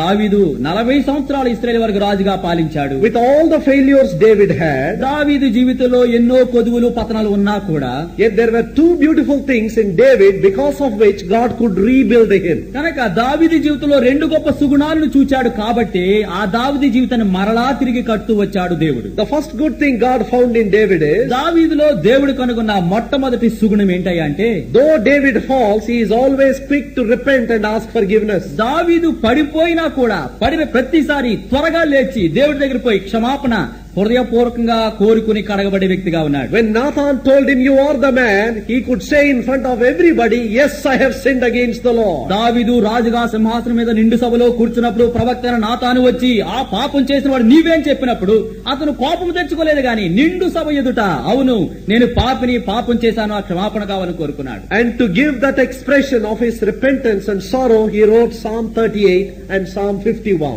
నిజానికి తాను చేసిన పాప నిమిత్తమై ఎంతగా అతను లోతుగా పశ్చాత్తాపడుతున్నాడు ఆ భావాన్ని వ్యక్తీకరించడానికి కొరకై 38వ కీర్తన రాశాడు, 51వ కీర్తన కూడా దావీదు రచించాడు. And the second redeeming quality in David, దావీదులో ఉన్నటువంటి మరొక ప్రత్యేకమైన సుగుణం ఏంటయ్యా అంటే, his consuming zeal for God's house. దేవుని ఇంటి మీద తను కలిగి ఉన్న మండుచున్నటువంటి ఆశ, ప్రగాఢమైన వాంఛ. As soon as he came to the throne, his immediate thought was, how can I build the tabernacle? నిజానికి దావీదు సింహాసనంపై కూర్చున్న వెంటనే అతని కలిగి ఉన్న మొట్టమొదటి కోరిక ఏంటంటే, దేవుని ఇంటి నేను ఎట్లా నిర్మించుదునని చెప్పి దేవుని మందిరం మీద తనకున్న మక్కువను తెలియజేసుకున్నాడు. One thing I have desired of the Lord, and that will I seek after, that I may dwell in the house of the Lord, to behold his beauty and to inquire in his temple. కనుక యెహోవా యొద్ద ఒక్క వరమును అడుగుచున్నాను, ఆయన దేవుని సన్నిధిలో కూర్చుని యెహోవా ప్రసన్నతను నేను ధ్యానించులాగన ఆయన మందిరంలో నివసింపగోరుచున్నానని చెప్పి దావీదు తనకున్నటువంటి ఆ ప్రగాఢ వాంఛ మక్కువను తెలియజేసుకున్నాడు. After David we get Solomon. దావీదు రాజ్యం ముగించిన తర్వాత సొలొమోను రాజ్యం ఏలుతున్నాడు అతని కుమారుడు. He rules for 40 years. సొలొమోను కూడా 40 సంవత్సరాలు పరిపాలించాడు. With all the wisdom God gave him, సొలొమోనుకు దేవుడు ఎంతో గొప్ప జ్ఞానం ఇచ్చినా కూడా at the end of his life he fell into idolatry. సొలొమోను యొక్క జీవిత చివరి దినాల్లో అతను విగ్రహారాధికుడిగా మారిపోయాడు. Now I am giving you all this background to bring you to the remnant. ఈ వెనుక చరిత్ర ఎందుకు ఇస్తున్నానంటే హగ్గై గ్రంథంలో శేషించిన జనం అన్న మాట ఉంది కదా, దాని కొరకు ఈ చరిత్ర అంతా చెబుతున్నాను మీకు. So you must carefully observe, you must carefully listen to me. కాబట్టి చాలా జాగ్రత్తగా దృష్టిని కేంద్రీకరించి నా మాటలు మీరు వినాలి. After Solomon, సొలొమోను రాజ్య పరిపాలన తరువాత his son Rehoboam comes to the throne. అతని కుమారుడైన రెహబాము రాజ్యం ఎక్కాడు, సింహాసనం ఎక్కాడు. And during the reign of Rehoboam, the kingdom gets divided. మరి సొలొమోను కుమారుడైన రెహబాము యొక్క రాజ్య పరిపాలన దినాలలో ఐక్యముగా ఉన్నటువంటి ఇశ్రాయేలు దేశము విభజింపబడింది. 10 tribes go to the north, they will be called as Israel. 10 గోత్రాలు ఉత్తర దిక్కును వెళ్లిపోయి వారు ఇశ్రాయేలు దేశముగా ఆవిర్భవించారు. And the southern 2 tribes, Judah and Benjamin, they would together be called as Judah. యోదా బెన్యమీను గోత్రం రెండు కూడా దక్షిణ దిక్కునికి వెళ్లిపోయి వారు యోదా దేశముగా, యోదా సామ్రాజ్యంగా వేరుపడిపోయారు. Now carefully listen. జాగ్రత్తగా ఆలకించండి. It is divided into 2 kingdoms. ఇశ్రాయేలు జాతి దేశము 2 రాజ్యాలుగా విభజింపబడింది. Firstly, I will talk about northern Israel. మొట్టమొదటిగా ఉత్తర దిక్కున్నటువంటి ఆ యొక్క ఇశ్రాయేలు దేశం గురించి మనం మాట్లాడుకుందాం. Northern Israel could keep their country for 200 years. ఉత్తర దిక్కున ఉన్నటువంటి ఇశ్రాయేలు వారు తమ దేశాన్ని 200 సంవత్సరాల పాటు వారు ఐక్యముగా కాపాడుకుంటూ వచ్చారు. Starting with Jeroboam, 20 kings ruled over one after the other. యెరోబాముతో కూడా కలుపుకొని ప్రారంభించుకుంటే 20 మంది రాజులు ఇశ్రాయేల్ దేశాన్ని అనగా 10 గోత్రాలను వారు పరిపాలిస్తూ వచ్చారు. They first went into idolatry. వారు మొట్టమొదటిగా విగ్రహారాధనలోనికి లోనైపోయారు. What did God do? దేవుడు ఆ విగ్రహారాధన కారణాన్ని బట్టి ఇశ్రాయేల్ దేశాన్ని ఏం చేశాడు? He sent Assyrians and took them all as captives. నిజానికి అశ్షూరీయులను ఆ యొక్క ఇశ్రాయేల్ దేశం మీదకి పంపించి ఇశ్రాయేలు 10 గోత్రికులు కూడా బానిసలుగా వారిని ఎత్తుకుని పోయారు. So from the land of Israel, United Kingdom, 10 tribes have gone into captivity. కాబట్టి ఐక్యరాజ్యంలో ఉన్నటువంటి 10 గోత్రాలు ఇప్పుడు బానిసగా వారు చెరపట్టబడ్డారు. The southern Judah was watching all this. అయితే దక్షిణ దిక్కున ఉన్నటువంటి యోధా సామ్రాజ్యం 2 గోత్రాలు 10 గోత్రికులకు ఏం జరుగుతుందో వారు గమనిస్తూ చూస్తున్నారు. They lived a little longer, 125 years more than the northern kingdom. కనుక ఇశ్రాయేలు ఉత్తర దిక్కున రాజ్యం కంటే ఒక 125 సంవత్సరాలు వారు ఎక్కువగానే వారు కలిసి చక్కగా బ్రతికారు. Starting with Rehoboam, they also had 20 kings, one after the other. నిజానికి రెహోబోయంతో పాటు కలుపుకున్నట్లయితే వారి మీద కూడా యోధా సామ్రాజ్యం మీద కూడా 20 మంది రాజులు రాజ్యమేలారు. But what happened to Judah? అయితే యూదాకి ఏం జరిగింది? యోధా సామ్రాజ్యానికి They failed to learn the lesson from the northern tribes. వారు ఉత్తర దిక్కున్నటువంటి ఆ ఇశ్రాయేలు ప్రజల దగ్గర నుంచి పాఠాన్ని నేర్చుకునే విషయంలో యోధా సామ్రాజ్యం వారు తప్పిపోయారు. They also went into idolatry. వీరు కూడా వారి వలె విగ్రహారాధనలో ప్రవేశించారు. So what happened? తర్వాత ఏం జరిగింది? God sent the Babylonians to take them as captivity and destroy the temple and burn the temple of God. కాబట్టి యూదా దేశంలో ఉన్నటువంటి దేవాలయాన్ని కూలగొట్టి యూదా ప్రజలందరినీ కూడా బానిసలుగా చేర్పట్టబడడానికి బబులోను రాజులందరినీ కూడా యూదా సామ్రాజ్యానికి దేవుడు పంపించాడు. Now I am getting closer to my remnant. You must listen even more carefully. ఇప్పుడు మన అంశము శేషం అనే మాట దగ్గరికి వచ్చేస్తా ఉన్నాం. చాలా జాగ్రత్తగా మీరు దృష్టి పెట్టి కేంద్రీకరించి వినండి. Northern people have gone into captivity, Assyrian captivity. ఉత్తర దేశం ఉన్నటువంటి ఇశ్రాయేలు ప్రజలు 10 గోత్రాలు కూడా మరి వారు ఆ రీతిగా అశ్షూరీయుల చేతిలోనికి బానిసలుగా చెరపట్టబడ్డారు. When Israel went into captivity, they adopted the ways of the heathen and went into idol worship very freely. ఇశ్రాయేలు ప్రజలందరూ కూడా బానిసలుగా చెరపట్టబడినప్పుడు ఆ అశ్షూరీయుల యొక్క ఆ యొక్క ఆధారాలు వ్యవహారాలు కూడా వారు అవలంబించి వారు కూడా విగ్రహారాధులుగా తేలికగా మారిపోయారు. But when Judah went into Babylonian అయితే captivity, బబులోను దేశంలోనికి చెరపట్టబడిన యూదులందరూ యూదా సామ్రాజ్యవాదులందరూ కూడా with a heavy heart they went there and they stayed in captivity for 70 years. నిజానికి భారంతో నిన్న హృదయాలతో వారు బబులోను సామ్రాజ్యంలో ఉండి 70 సంవత్సరాలు అక్కడ నివసిస్తూ వచ్చారు. There is one difference between Assyrian and Babylonian captivity. ఇప్పుడు అశ్షూరీయుల యొక్క చెరపట్టడానికి బబులోను చెరకు రెండు ఒక ప్రత్యేకమైనటువంటి ఒక మరి తేడా మనం చూస్తుంటున్నాం. Israel mixed freely with the heathen. Israel ప్రజలందరూ కూడా అశ్షూరీయుల ప్రజలందరితో స్వేచ్ఛగా కలిసిపోతూ వచ్చారు. But the 2 tribes Judah kept their racial and religious purity even in Babylon. బబులోను దేశంలో చెరపట్టబడినటువంటి బెన్యామీను యూదా గోత్రులందరూ కూడా తమ మతపరమైన ఆచారపరమైనటువంటి వ్యవహారాలన్నింటిలో కూడా వారు ఆ దేశపు జనులతో కలిసిపోకుండా తమంతట తామును వారు కాపాడుకుంటూ వచ్చారు. Somehow wisdom dawned on them that God is angry with them because of their rebellion, and they began to search their lives and keep themselves pure, at least in their religious ways. నిజానికి యూదా దేశం ప్రజలందరి మీద దైవ జ్ఞానం ఉదయించింది. వారు గుర్తెరిగారు, మా తిరుగుబాటు స్వభావాన్ని బట్టి ప్రభు మమ్మల్ని శిక్షించాడు కాబట్టి ఈ దేశపు బబులోను ప్రజలతో మేము కలిసిపోకూడదు, మా మత సంబంధమైన ఆచార సంబంధమైనటువంటి ప్రత్యేకతను మేము కాపాడుకోవాలని చెప్పి వారు కలిసిపోకుండా ప్రత్యేకంగా బ్రతికారు. And God sent prophets to prophesy unto them, after 70 years I will deliver you. నిజానికి దేవుడు ప్రవక్తల ద్వారా వారికి ప్రవచించింది ఏంటంటే, బబులోనులో ఉన్నటువంటి మీరు 70 సంవత్సరాల తర్వాత విడుదల పొంది విమోచింపబడతారు అని ప్రవచించాడు. Babylonian rulers, they ruled, but Persians came, defeated the Babylonians, and Persians became the new rulers. ఇప్పుడు బబులోను రాజులందరూ కూడా పరిపాలించారు. వారి మీద దండెత్తి వచ్చి పర్షియన్లందరూ కూడా వారిని జయించి ఆ సామ్రాజ్యాన్ని వారు పట్టుకున్నారు. When Cyrus became the ruler, ఎప్పుడైతే ఆ యొక్క కోరేషు ఎప్పుడైతే రాజ్యం ఏలుతూ వచ్చాడో, he said, ఆయన అన్నాడు కోరేషు, he brought a new decree or a new law. క్రొత్త ఆజ్ఞను, కొత్త శాసనాన్ని కోరేషు రాజు తీసుకొచ్చాడు. He said, all the foreign nationals who have come into my country, విదేశీయులుగా ఉన్న వారందరూ నా దేశంలో చేరి వచ్చారు కదా, మీరందరూ కూడా I want to give you a freedom. మీకు స్వేచ్ఛ స్వతంత్రం ఇవ్వగోరుతున్నాను. If you want to follow your God and walk according to your religious ways, you can go back to your kingdom. కనుక మీరు మీ దేవుణ్ణి ఆరాధించి పూజించి మీ మతాన్ని మీరు అనుసరించగోరినట్లయితే మీరు ఎక్కడి నుంచి వచ్చారో ఆ రాజ్యాన్ని మీరు తిరిగి వెళ్లిపోవచ్చు అన్నాడు. In fact, in the book of Ezra chapter 1, నిజానికి ఎజ్రా గ్రంథం 1వ అధ్యాయంలో చూసినట్లయితే, this Cyrus makes a decree and says, who is there among you in Judah who wants to go back to his kingdom or his nation? కోరేషు ఏమని పిలిచారంటే, యూదులందరిలో కూడా ఎవరు మీ దేశానికి వెళ్లి మీ దేవుని పూజించాలని కోరుతున్న వారు మీ మధ్యలో ఎవరున్నారు అని చెప్పి వారిని అడిగాడు. Now we are coming to the word remnant now. ఇప్పుడు శాశ్వతం అనే మాటకి మనం అతి దగ్గరగా ఉన్నాం. When Cyrus gave this freedom, how many Judah people were there? యూదా ప్రజలందరూ కూడా చెరసాలలో ఉంటున్నారు, చెరగా ఉంటున్నారు. కోరేషు ఈ ఆజ్ఞ ఇచ్చినప్పుడు ఎంతమంది యూదులు బయటకు వచ్చి మా దేశం వెళ్లి మా దేవుని పూజిస్తామని ఎంతమంది ముందుకొచ్చారు? For this you must carefully listen to the numbers I am going to give you. ఇప్పుడు నేను చెప్పే ఈ యొక్క అంకెలు ఉంటున్నాయి, వాటిని జాగ్రత్తగా వినండి మీరు. Forget the 10 tribes. We are only concentrating on the 2 tribes. ఈ 10 గోత్రికులు ఉన్నారు కదా ఇశ్రాయేలు వారు, వారిని మంచి మర్చిపోండి. 2 గోత్రాలు చెందినటువంటి యోధా సామ్రాజ్యం, దీని గురించి మాట్లాడుకుంటున్నాం. Judah and Benjamin. యోధా గోత్రము, బెన్యామీను గోత్రికులు. In Numbers chapter 1 we found out how many. యోధా గోత్రంలో ఎంతమంది ఉన్నారు, బెన్యామీను గోత్రంలో ఎంతమంది ప్రజలు ఉన్నారు, వారి సంఖ్య చెప్పబడింది. When you put both of them together, ఈ ఇద్దరు జనుల యొక్క సంఖ్యను కలిపితే there are 1,10,000 people. 1,10,000 మంది ప్రజలు అక్కడ ఉంటున్నారు. Now who are these people? ఈ ప్రజలు ఎవరండి? 1,10,000 ప్రజలు 20 years old and upward, those who are able to go to war. నిజానికి 20 సంవత్సరాల కంటే పైబడి యుద్ధానికి చేయడానికి ముందుకు రాగలిగిన వయసున్న వారి యొక్క సంఖ్య లెక్క 1,10,000 మంది. That means apart from them there are others who are below 20 years. దాని అర్థము 20 సంవత్సరాల కంటే ఎక్కువ వారి సంఖ్య 1,10,000 అయితే 20 సంవత్సరాల కంటే తక్కువ వారి సంఖ్య ఇంకా చాలా ఎక్కువ ఉంది. There are women, అందులో స్త్రీలు ఉంటున్నారు, there are children. పిల్లలు కూడా ఉంటున్నారు. If you take the total number, ఇప్పుడు పిల్లలు స్త్రీలు వీరి మొత్తం సంఖ్య అందరితో కలుపుకుంటే there must be at least 4 times this actual number. ఈ 1,10,000 కంటే 4 రెట్ల ప్రజలు అక్కడ ఉండాలని చెప్పి మనం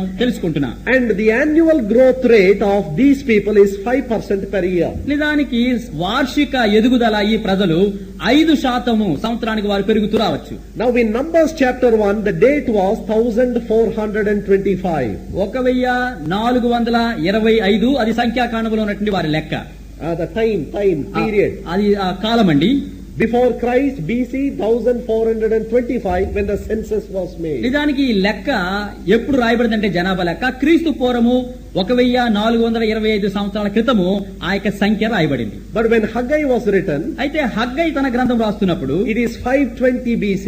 అది క్రీస్తు పూర్వము 525 సంవత్సరాలప్పుడు రాయబడింది. See, when you calculate the date from the big number, it comes to the small number in BC.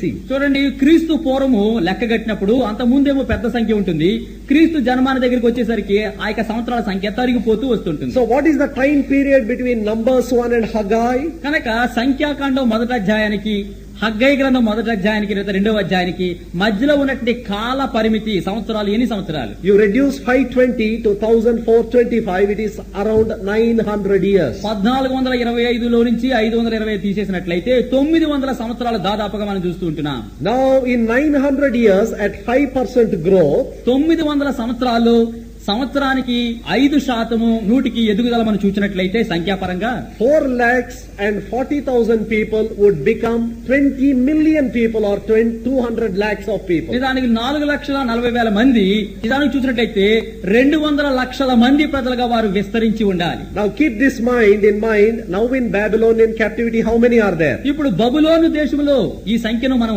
జ్ఞాపకం చేసుకుంటే బబులోను చెరసాలలో బానిసలుగా ఇశ్రాయేలు వారు ఎంతమంది ఉంటున్నారు? ఎంతమంది ఉంటున్నారండి? 200 lakhs. కనుక 200 లక్షల మంది ఇశ్రాయేలు. That's a group of people. అంతమంది ప్రజలు బానిసలుగా అక్కడ బబులోనులో ఉంటున్నారు. And to this huge multitude, Cyrus gives the command, anyone who is interested to go back to his homeland and build the temple, you are free to go. ఈ 200 లక్షల మంది యూదా ప్రజలందరూ కూడా అక్కడ ఉంటే ఎంత గొప్ప జనానికి కోరేషు రాజు ఆజ్ఞిస్తున్నాడు ఏమని, మీలో ఎవరైనా సరే తమ దేవుని పూజించాలి ఆరాధించాలంటే మీ సామ్రాజ్యానికి వెళ్లిపోవాలంటే రండి మీరు వెళ్లిపోండి అని చెప్పి వారికి ఆహ్వానం ఇచ్చాడు. You would expect all those people to somehow get ready and go back to God's land. మీరేమనుకుంటారంటే ఊహించుకుంటారంటే 200 లక్షల మంది ఇశ్రాయేలు యూదులందరూ కూడా అక్కడ ఉంటున్నారు, వీరికి ఇటువంటి ఆహ్వానం వచ్చినప్పుడు ప్రతి ఒక్కరూ మోటాముళ్ళు సర్దుకొని ఆ దేశం వెళ్లిపోవడం సిద్ధపడతారా కదా అని మీరు అనుకుంటారు. Because the book of Psalms, there is a song which speaks about their longing.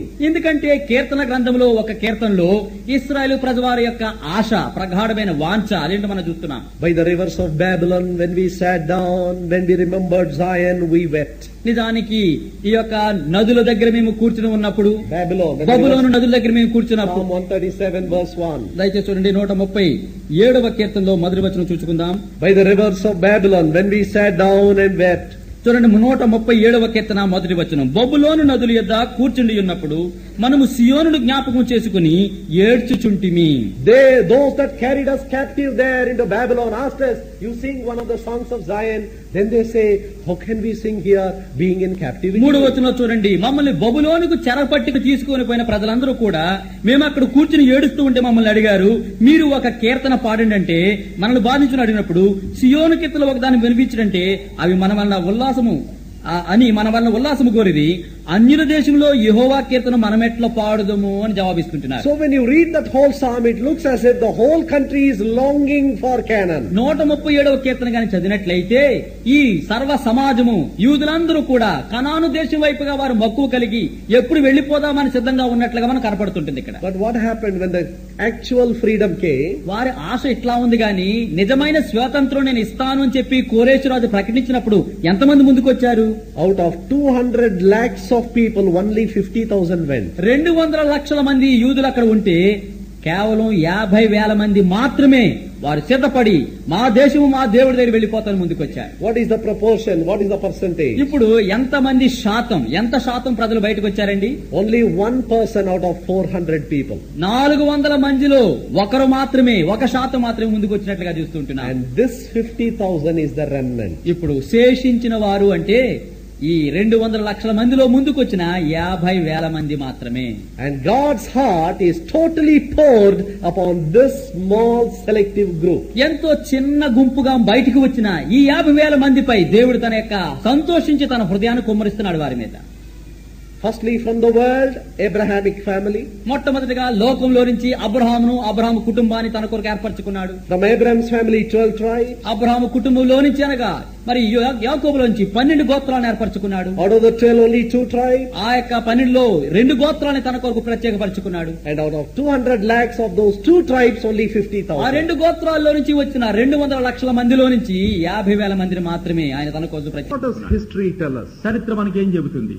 There may be many who are professing Christians, but the actual number of consecrated people, dedicated to do the will of God, dedicated to the temple of God, they are a negligible few. మేము క్రైస్తవులమని గొప్పగా చెప్పుకుని తిరిగే వారి సంఖ్య అతి విస్తారంగా ఉండొచ్చేమో గాని దేవుని మందిరాన్ని ప్రేమించి దేవుని పనికై తన జీవితాల్ని పవిత్రపరచుకుని ప్రభు సేవ కొరకై నిర్దిష్టంగా అర్పించుకున్న వారి సంఖ్య బహు తక్కువ. వారినే ప్రభు అంటున్నాడు శేషించిన జనులు అని. You might ask the question, out of 400, why did only one person choose to go? మీరు ఒక ప్రశ్న వేయొచ్చు, 400 మందిలో నుంచి ఒక్క మనుషుడే దేవుని ఆలయం దగ్గరికి వెళ్తాను, మా రాజ్యంలో తిరిగి వెళ్తానని ఎందుకు వచ్చారని చెప్పి మీరు అడుక్కోవచ్చు. Are they satisfied to stay back and live in Babylon itself? బబులోనులోనే జీవించేసి అక్కడ వారికి కలిగిన విషయాలతో యూదులందరూ కూడా తృప్తి కలిగి ఉన్నారా? అందుకే బబులోను విడిచిపెట్టి బయటికి రాలేదా అని మీరు ప్రశ్నించుకోవచ్చు. Don't they have a love for God's house? దేవుని ఇల్లు అంటే వారికి ప్రేమ మక్కువ లేదా మిగిలిన వారికి? Why did they refuse to go? ఎందుకు మీరు వెళ్లిపోండి స్వతంత్రం ఇస్తానంటే ఎందుకు రాకుండా వారికి నిలిచిపోయారు? By the passage of time, they slowly became attached to the world. నిజానికి వారు ప్రారంభములో మేము యూదులమని చెప్పుకున్నారు గాని కాలము దొరలే కొలది వారు అక్కున్నట్లే లోక పోకడలతో వారు హత్తుకుంటూ కలిసిపోతూ వచ్చారు. Many of them were born in Babylon. They grew up in Babylon. అనేక మంది ఆ యూదుల పిల్లలు సంతానమంతా కూడా ఆ బబులోనులోనే పుట్టారు, బబులోనులోనే ఎదుగుతూ వచ్చారు. Their links with Babylon have become so strong they could not sever themselves and go back to the place of God's choosing.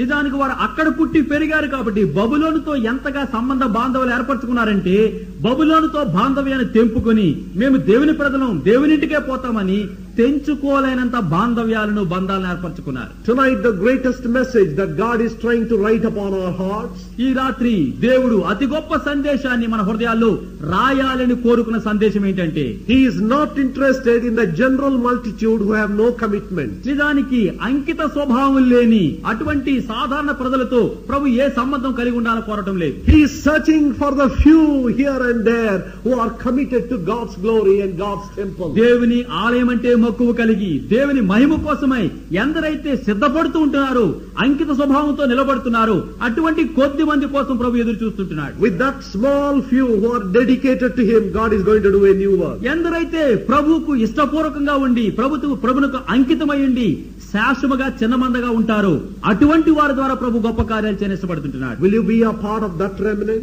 ఆ శేషించిన చిన్న మందలో నీవు ఒక భాగంగా ఉన్నావా? To that remnant God is going to give all His glory. ఆ చిన్న మందకి ఆ శేషానికి దేవుడు సర్వ మహిమ ఇస్తారంటున్నాడు. To that remnant God is promising, I will build a house which has greater glory than of the former. ఆ శేషానికి దేవుడు వాగ్దానం చేస్తుంటున్నాడు ఈ కడవరి మందిరం యొక్క మహిమ మునుపటి మందిరం కంటే మించినదిగా ఉంటుందని ఆ చిన్న శేషించిన వారికి వాగ్దానం చేస్తున్నాడు. To the little flock of disciples Jesus said, fear not, it is Father's good pleasure to give you the kingdom. నిజానికి తన శిష్యులు చిన్నవారిగా ఉన్నట్లయితే చిన్న మందగా ఉంటే ఆ శిష్యుల చిన్న మంద కంటున్నాడు చిన్న మంద భయపడకుడి మీకు రాజ్యం అనుగ్రహించుట తండ్రి అభిష్టమైన అంటున్నాడు. Those who stayed back in Babylon still called themselves, we are also God's people, we are also covenant people.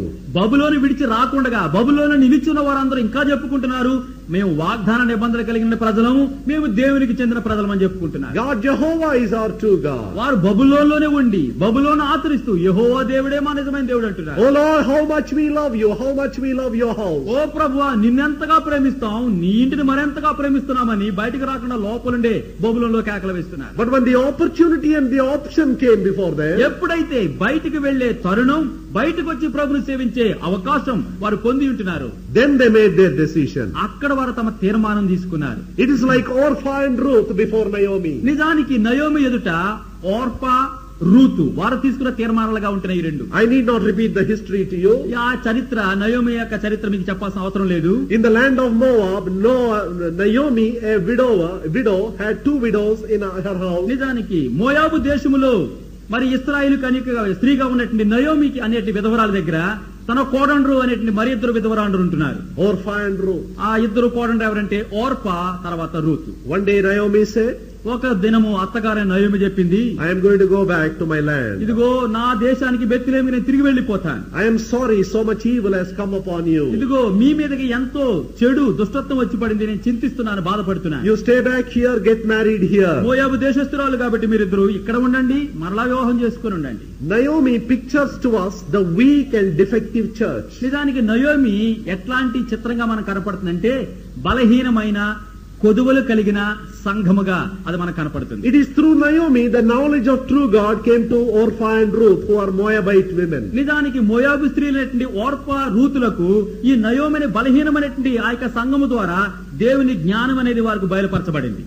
Both of them wept Ruth Orpah ఇద్దరు కూడా ఏడ్చారు. Both of them kissed. ఇద్దరు కూడా అత్తను పట్టుకుని ముద్దు పెట్టుకున్నారు. But one is a kiss of goodbye and another is a kiss of commitment. నిజానికి ఇద్దరు కోడళ్ళు నయోమిని ముద్దు పెట్టుకున్నారే. ఒక ముద్దు అయితే ఇక నేను విడిచిపెట్టేస్తున్నాను టాటా అని చెప్పే ముద్దు, మరొక ముద్దు అయితే నువ్వెక్కడికి పోతే అక్కడికి నేను అంకిత స్వభావంగా వస్తానని వెంబడించే ముద్దు. Ruth took hold of this bigger widow and said, I will not leave you. కనుక ఈ రూత్ అనేటి విధవరాలు అతి పెద్ద విధవరాలను అత్తను పట్టుకుని అంటుంది ముద్దు పెట్టుకుని, నిన్ను మాత్రం విడవను, ఎక్కడికి పోతే నేను అక్కడికి వస్తానంటుంది. Where you go, I will go. నువ్వు ఎక్కడికి వెళితే నేను అక్కడికి వచ్చేదను. Where you die, I will die. నువ్వు ఎక్కడ చనిపోదువో నేను అక్కడ చనిపోదు. Where you are buried, I will be buried. నువ్వెక్కడ పాతి పెట్టబడతావో నేను అక్కడ పాతి పెట్టబడతా. Your people shall be my people. నీ జనులు నా జనుడు.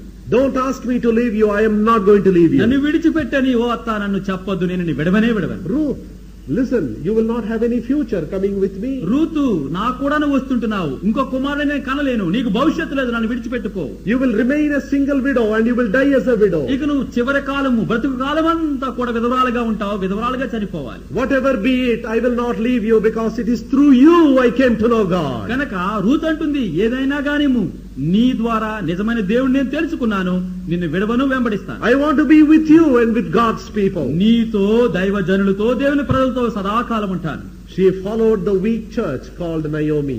నయోమి అని పిలువబడే బలహీన సంఘాన్ని విడవకుండా హత్తుకుని వెంబడించింది Ruth. Ruth never knew what great purposes God had for this one woman of commitment. నిజానికి ఎంతో అంకిత స్వభావము కలిగి మక్కువ కలిగి వెంబడిస్తున్న ఈ రూత్ అనే ఒక్క స్త్రీ కొరకై దేవుడు ఎన్ని గొప్ప సంగతులు దాచిపెట్టి ఉంచాడు రూతుకు తెలియలేదు ముందులో. She did not know there is a very, very rich man waiting to marry her. God has already planned it. కనుక దేవుడు ఈ రూతు కొరకై వివాహం కొరకై ఏర్పాటు చేసి ఒక అత్యధిక ధనవంతుని సిద్ధపరిచాడని రూతుకు తెలవదు. She does not know that Savior is going to come through her family. తన కుటుంబంలో నుంచే రక్షకుడు ఈ లోకానికి ఉదయిస్తాడు. ఈ గొప్ప సత్యం రూతుకు అర్థం కాలేదు, She తెలవదు. did not know through Jesus we are all going to be his children and therefore Ruth's children.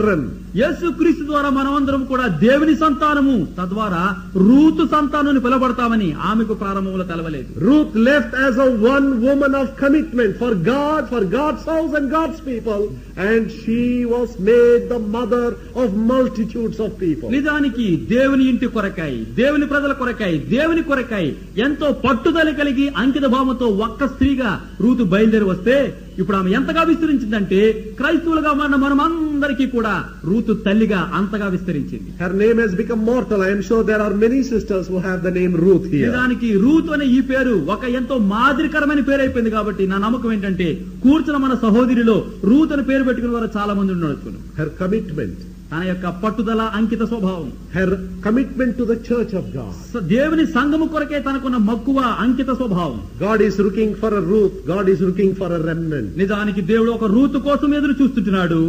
శేషించిన శేషము కొరకై ప్రభు కోరుకుని ఎదురు If చూస్తుంటున్నాడు. he can find that remnant here, ఆ యొక్క శేషాన్ని మన మధ్యలో దేవుడు కనుగొంటే through them God is going to do a miracle once again. దేవుడు ఆ శేషించిన శేషము ద్వారా అద్భుత కార్యాలు చేయబోతుంటున్నాడు. He is going to bring out Christ in and through us. ఆ శేషము ద్వారా మన ద్వారా దేవుడు క్రీస్తుని లోకాన్ని తీసుకురావాలని కోరుతుంటున్నాడు. He is going to bring a greater temple with greater glory. కనుక అధిక మహిమ, గొప్ప దేవాలయాన్ని ప్రభు తీసుకుని రావాలని కోరుతుంటున్నాడు. Will you be a part of that remnant? నిజానికి ఆ యొక్క శేషములో సహోదరి సహోదరుడా నీవు భాగముగా ఉండి పాలు పంచుకోవాలని ఇష్టముందా? Shall we pray? ప్రార్థన చేసుకుందాం. Shall we be on our knees? మనమందరం మన మోకాళ్ళ మీదకి వద్దాం. Tell the Lord, ప్రభుతో చెప్పండి, Lord, I want to be a part of that oh remnant. ప్రభు, ఆ శేషించిన శేషములు నేను ఒక భాగముగా ఉండాలని ఆశపడుతున్నాను. I don't want to be a part of this world. ఈ లోకములో నేను ఒక భాగముగా, లోకస్తులో ఒకరుగా ఉండాలని కోరటం లేదు. I don't want to be a part of heathen Israel. మరి అన్య జాతికి చెందిన ఇశ్రాయేలులో నేను ఒక భాగంగా ఉండాలని కోరటం లేదు. I don't want to be a part of those who stayed back in Babylon. ఎందరైతే బబులోను విడిచిపెట్టక హత్తుకొని అక్కడ జీవించి యూదులమని చెప్పుకుంటున్నారో వారిలో నేను ఒక భాగంగా ఉండకోరటం లేదు. I want to be like a Ruth belonging to the remnant. శేషానికి చెందిన దేవుని వెంబడించిన రూతు వలె ఆ రూతులో ఒక భాగం ఉండగోరుచున్నాను. Lord, you died on the cross for my oh salvation. ప్రభు, నా రక్షణ కొరకై కలువరి శిలువలో నా స్థానంలో నువ్వు మరణించావు. You sent the Lamb of God and he was slain for my cleansing. నా కడుగుదల విమోచన శుద్ధి కొరకై దేవుని గొర్రె పిల్లను నువ్వు వధించి ఉంటున్నావు. Lord, I want to accept you as my Savior. ఓ యేసు ప్రభు, నిన్ను నా రక్షకుగా నేను నేను స్వీకరించగోరుతుంటున్నాను. I want to be separated unto you. నీ కొరకే వేరైన ప్రత్యేకించబడిన వ్యక్తిగా ఉండగోరుచున్నాను. You are going to do a new miracle through the remnant. ప్రభు శేషించిన జనుల ద్వారా ఒక గొప్ప అద్భుత కార్యమును చేయబోచున్నావు. Lord, I want to be a part of that ఆ remnant. శేషములో నేను కూడా ఉండగోరుచున్నాను. If that is your prayer, సహోదరి సహోదరుడా, అట్లాంటి ప్రార్థన ఇప్పుడు నువ్వు చేసుకుంటూ ఉంటే the Lord is calling you. ప్రభు నిన్ను ఆహ్వానించుచున్నాడు. Come and join my little flock. నా చిన్న మంద వచ్చి నాతో కలుసుకోండి. Come and join my remnant. నా యొక్క శాసనంలో మీరు కూడా కలిసి రండి ఓ జనమా అంటున్నాడు. I have slain the lamb for your నీ salvation. రక్షణ కొరకు నా కుమారుడైన యేసుక్రీస్తుని గొర్రె పిల్లగా వధించి ఉంటున్నాను. He who knew no sin became sin for you. పాపమరిగని యేసుక్రీస్తు ప్రభు నీ కోసం పాపముగా చేయబడ్డాడు. The Lord is inviting you. యేసుక్రీస్తు ప్రభుని ఆహ్వానించుచున్నారు. If you are willing to confess your sin, the Lord will save you now. నీ పాపాలన్నీ కూడా ఈ ప్రభు ఎదుట ఒప్పుకొనడానికి ఇష్టముంటే ప్రభు నిన్ను రక్షించడానికి సంసిద్ధంగా ఉన్నాడు.